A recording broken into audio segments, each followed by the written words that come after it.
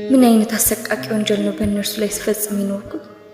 ስለ እነርሱ የበለጠ ለማወቅ ጓጓሁና እስኪ ስለ ክርስትና ንገሪኝ ስል ጠየቅኳት።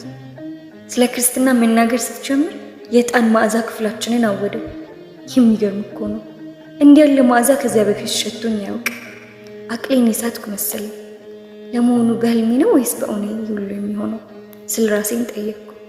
ሐሳቤን እንደምንም አሰባሰብኩና ገለጻዋን በጥሞና መከታተል ጀመርኩ።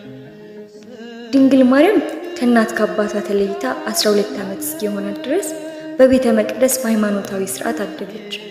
ከዚያም በትውፊቱ መሰረት ይጠብቃት ዘንድ ለአንድ አረጋዊ አደራ ተሰጠች። ነገር ግን በሁለቱ መካከል ምንም አይነት ግንኙነት ሳይኖር ኢየሱስ ክርስቶስን ወለደች። በመሃል አቋረጥኳትና ልክ ነሽ፣ ይህማ በቁርአንም ተገልጧል እኮ አልኳት። ከዚያ በኋላ ውይይቱን መቀጠል አልቻልኩም። የድካምና የመድረቅ